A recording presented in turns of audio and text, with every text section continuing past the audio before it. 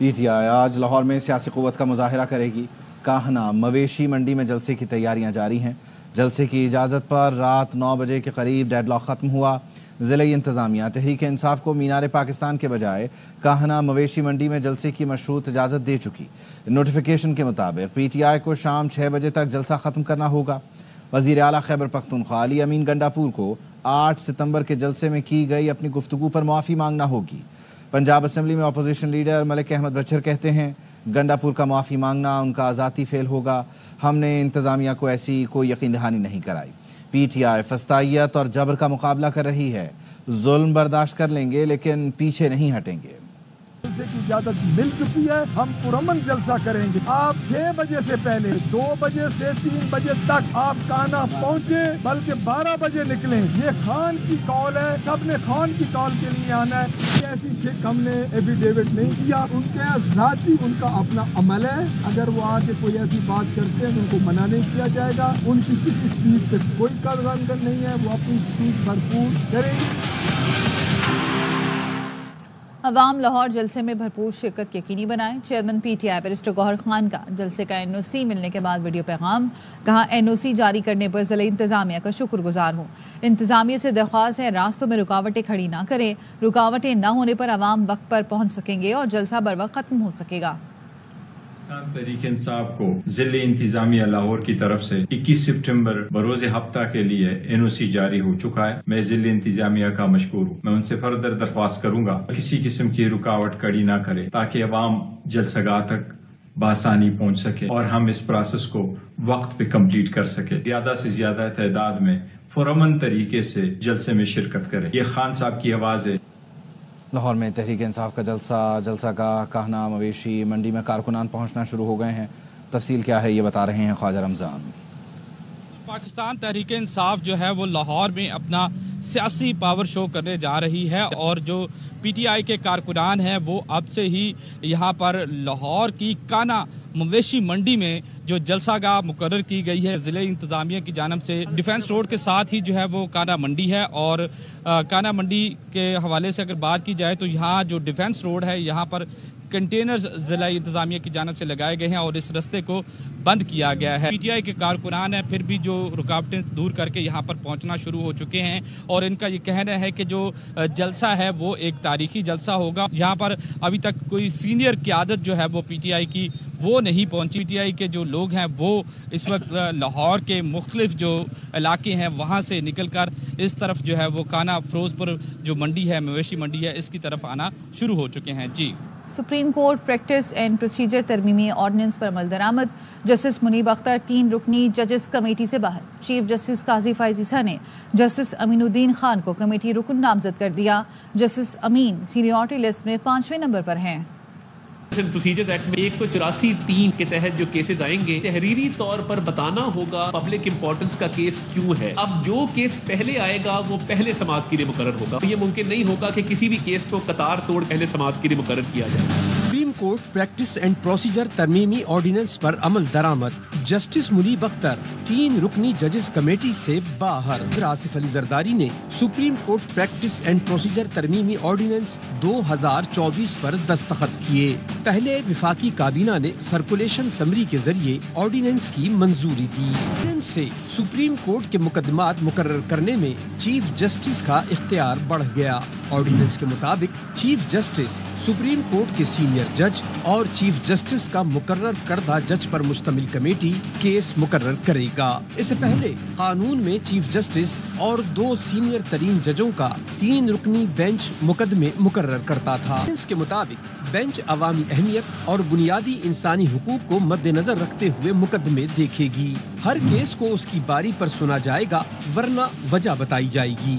ہر case اور appeal کو record کیا جائے گا۔ ٹرانسکرپٹ تیار کیا جائے گا۔ تمام ریکارڈنگ اور ٹرانسکرپٹ عوام کے لیے دستیاب ہوں گے۔ ہر کیس کی جو پروسیڈنگ ہوگی جج صاحبان جو بھی بات کریں گے ان کی تحریر بنائی جائے گی اور عوام کو وہ تحریر دستیاب کی جائے گی۔ اینڈ پروسیجر ترمیمی آرڈیننس کے بعد چیف جسٹس قاضی فائز عیسیٰ نے سینیارٹی لسٹ میں 5ویں نمبر پر موجود جسٹس امین الدین خان کو کمیٹی رکن نامزد کر دیا، جس کا نوٹیفیکیشن بھی جاری کر دیا گیا۔ ذرائع کا کہنا ہے کہ supreme Court practice and procedure committee کا اجلاس پیر کو متوقع ہے۔ گزشتہ روز اجلاس ملتوی کیا گیا تھا، جس میں آرٹیکل 63A نظر ثانی اپیلیں ایجنڈے کا حصہ تھی۔ سپریم کورٹ میں جو کیس پہلے آئے گا وہ پہلے سنا جائے گا۔ وزیر اطلاعات عطا تارڑ کہتے ہیں کوئی کیس وقت سے پہلے مقرر نہیں ہوگا۔ کیس مقرر کرنے والی کمیٹی میں تبدیلی کر دی گئی ہے۔ چیف جسٹس اور سینئر موسٹ جج کے بعد تیسرے جج کا انتخاب چیف جسٹس کریں گے۔ تیسرے جج کی اکثر عدم دستیابی کے باعث بہت سے کیس تاخیر کا شکار ہیں۔ حکومت کو غلط قانون سازی سے روکیں گے۔ مولانا فضل الرحمان نے کہا کہ حکومتی مسودے سے متفق نہیں ہیں، آئین یا کسی ادارے کو تہس نہس کرنے کی حمایت نہیں کریں گے۔ آئینی عدالت پر اتفاقی رائے موجود ہے مگر بدنیتی نظر آ رہی ہے۔ افسوس ہوا مجوزہ آئینی ترامیم میں انسانی حقوق کا دائرہ محدود اور ملٹری رول کا دائرہ وسیع کر دیا گیا۔ بلاول اور JUI کا اپنا مسودہ تیار کرنے پر اتفاق ہوا۔ اتفاق رائے کے لیے ہفتہ 10 دن لگ سکتے ہیں۔ PTI سے اتحاد نہیں لیکن تلخی والا دور اعتدال پر آتا ہے تو آگے بڑھنا چاہیے۔ صاحب بھی تشریف لائے تھے میرے پاس، اس پر اتفاق ہوا ہم بھی ایک مسودہ بنا لیتے ہیں، وہ بھی ایک ڈرافٹ تیار کر لیں گے، پھر ہم ایک دوسرے کے ساتھ شیئر کریں گے۔ بغیر تیاری کے ایوان سے توقع رکھ رہے تھے کہ ہمیں سپورٹ کیا جائے۔ جب ہمیں کاپی مہیا کی گئی بہت افسوس ہوا، انسانی حقوق بنیادی حقوق کا دائرہ محدود کر دیا گیا، ملٹری کا رول بہت اضافہ کیا گیا۔ کوشش کریں گے کہ ان کو کوئی غلط فیصلہ یا غلط قانون سازی سے روکیں۔ کانسٹیٹیوشنل کورٹ کے قیام پر ایک اتفاق رائے موجود ہے، لیکن ہمیں ایک بدنیتی نظر آئی ہے۔ ہم اپوزیشن بینچوں پہ ہیں، PTI بھی اپوزیشن بینچوں پہ ہے، باقاعدہ ہمارا کوئی اتحاد نہیں ہے۔ البتہ بہتر ہے جو تلخیوں والا ایک دور تھا اعتدال پہ آتا ہے تو اس کی طرف ہمیں بڑھنا چاہیے۔ اسپیکر قومی اسمبلی سردار ایاز صادق کے الیکشن کمیشن کو خط کے بعد ایوان میں پارٹی پوزیشن تبدیل ہو گئی۔ تحریک انصاف کا صفایا ہو گیا۔ قومی اسمبلی سیکریٹریٹ نے نئی پارٹی پوزیشن مرتب کرتے ہوئے 80 ارکان کو سنی اتحاد کونسل کا رکن ظاہر کر دیا۔ نئی پارٹی پوزیشن کے مطابق مسلم لیگ نون 110، پیپلز پارٹی کی 69 نشستیں ہیں۔ اسپیکر کو مخصوص نشستوں کی خیرات مانگتے شرم آنی چاہیے۔ عوام نے مینڈیٹ PTI کو دیا، حکومت پہلے ثابت کرے وہ اس خیرات کی حقدار ہے۔ سینیٹر شبلی فراز کہتے بلاول بھٹو اپنے ہی نانا کے آئین پر کلہاڑی سے ضرب لگا رہے ہیں۔ خیبر پختونخوا میں بھی رواں سال پولیو کا پہلا کیس سامنے آ گیا۔ ضلع مہمند سے تعلق رکھنے والی 9 ماہ کی بچی میں پولیو وائرس کی تصدیق ہو گئی۔ وزیر اعلیٰ خیبر پختونخوا سردار علی امین گنڈاپور نے نوٹس لیتے ہوئے معاملے کی انکوائری کا حکم دے دیا۔ مزید جانتے اپنی نمائندہ مدیحہ سنبل سے۔ جی مدیحہ۔ جی بالکل، رواں سال کے دوران خیبر پختونخوا میں پولیو کا پہلا کیس ضلع مہمند سے تعلق رکھنے والی 9 ماہ کی بچی میں رپورٹ ہوا ہے، جس پر وزیر اعلیٰ خیبر پختونخوا نے سخت نوٹس لیا ہے اور وزیر اعلیٰ کی سیکرٹری صحت کو متعلقہ ڈسٹرکٹ ہیلتھ آفیسر اور پولیو کوآرڈینیٹر کو فوری طور پر معطل کرنے کی ہدایت بھی کی گئی ہے۔ ضلع مہمند میں ناقص پولیو مہم کے دیگر تمام ذمہ داروں کا بھی تعین کیا جائے، یہ کہنا تھا وزیر اعلیٰ کا، اور اس کے ساتھ ساتھ دیگر تمام اضلاع میں بھی پولیو مہم کی کوالٹی کو ہر لحاظ سے یقینی بنایا جائے۔ پولیو مہم کے معیار پر وزیر اعلیٰ کا کہنا ہے کہ کسی بھی قسم کا سمجھوتا نہیں کیا جائے گا، متعلقہ حکام اپنی اصلاح کریں یا سزا کے لیے تیار ہو جائیں۔ صوبے سے پولیو وائرس کا خاتمہ جو ہے وہ موجودہ صوبائی حکومت کی اولین ترجیحات میں سے ہے۔ وزیر اعلیٰ کا مزید یہ کہنا تھا کہ پولیو سے متاثرہ اس بچی کا علاج اور کفالت سرکار کی طرف سے کیا جائے گا۔ جی ٹھیک ہے، بہت شکریہ آپ کا اپڈیٹ کرنے کے لیے۔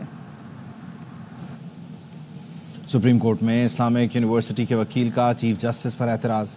بدتمیزی کرنے پر چیف جسٹس نے وکیل ریحان گولڑا کو روسٹرم سے ہٹوا دیا۔ ریکٹر اسلامی یونیورسٹی سمینہ ملک ویل چیئر پر پیش ہوئیں تو چیف جسٹس نے کہا ڈاکٹر سمینہ میڈیا کے قریب کیا کر رہی ہیں، یہاں بلائیں۔ پوچھا آپ اجلاس میں شرکت کیوں نہیں کرتی؟ سمینہ ملک نے کہا دوائی کے اثر میں ہوں، کچھ وقت دیں، سوالات کے جواب دے دوں گی۔ چیف جسٹس نے کہا ڈرامہ کرنا ہے تو یہاں سے چلی جائیں۔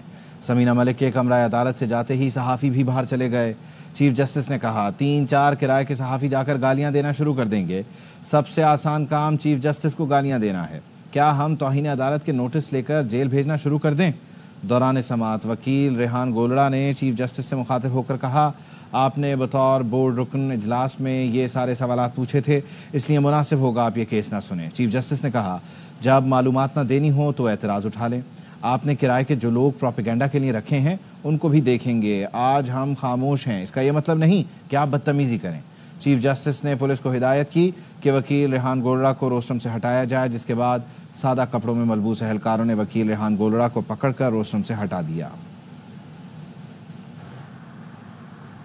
عمر کوٹ میں مبینہ توہین مذہب کے ملزم ڈاکٹر شاہ نواز کی پولیس کے ہاتھوں ہلاکت، آئی جی سندھ نے تحقیقات کے لیے کمیٹی بنا دی۔ سول اسپتال کے ڈاکٹر پر توہین آمیز مواد سوشل میڈیا پر شیئر کرنے کا الزام تھا۔ ملزم پر زکریہ مسجد کے خطیب کی مدعیت میں مقدمہ درج کیا گیا۔ ڈاکٹر شاہ نواز نے ویڈیو پیغام میں توہین مذہب کے الزاموں کو بے بنیاد اور قتل کی سازش قرار دیا تھا۔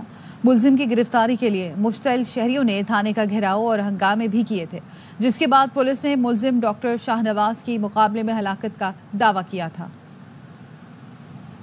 F P C C I کے سابق صدر میاں انجم نثار نے کہا ہے کہ آئی پی پیز کے ساتھ ہونے والے معاہدوں کے نتیجے میں آج انڈسٹری بند ہو گئی ہے، اس کی بحالی کے لیے جدوجہد کی جائے گی۔ وہ فیروز پور روڈ انڈسٹریل ایسوسی ایشن لاہور کی تقریب سے خطاب کرے تھے۔ تفصیل جانتے ہیں اس رپورٹ میں۔ پی سی سی آئی کے سابق صدر اور پیاف کے پیٹرن ان چیف میاں انجم نثار نے کہا کہ مہنگی بجلی اور بلند ترین شرح سود سے پاکستانی انڈسٹری بند ہو چکی ہے، جس کی بحالی کے لیے جدوجہد کی جائے گی۔ بجلی کی پرائس آپ کی اتنی زیادہ ہے تو میں سمجھتا ہوں کہ انڈسٹری کے لیے واقعی یہ بڑا چیلنجنگ ٹائم ہے، مشکل وقت ہے۔ انشاءاللہ we will try to turn out everything whatever is possible۔ F P C C I کے سابق senior vice president Khawaja Shahzeb Akram اور لاہور چیمبر آف کامرس کے نائب صدر عدنان خالد بٹ نے کہا کہ ہمارے گروپ کو پینل ووٹ دے کر کامیاب کرائیں۔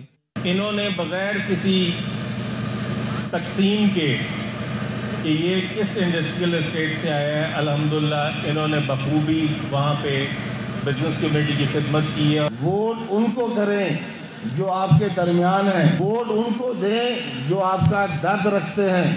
مقررین نے تقریب سے خطاب کرتے ہوئے کہا کہ 23 اور 24 ستمبر کو لاہور چیمبر کا الیکشن ہم جیتیں گے اور کاروباری طبقہ کے حقوق کے لیے جدوجہد کی جائے گی۔ کیمرہ مین جاوید بیگ کے ساتھ Mohammad Mazhar Iqbal, ARY news, Lahore. News bulletin سے فی الوقت اتنا ہے۔ مزید خبروں اور اپڈیٹس کے لیے دیکھتے رہیے ARY نیوز۔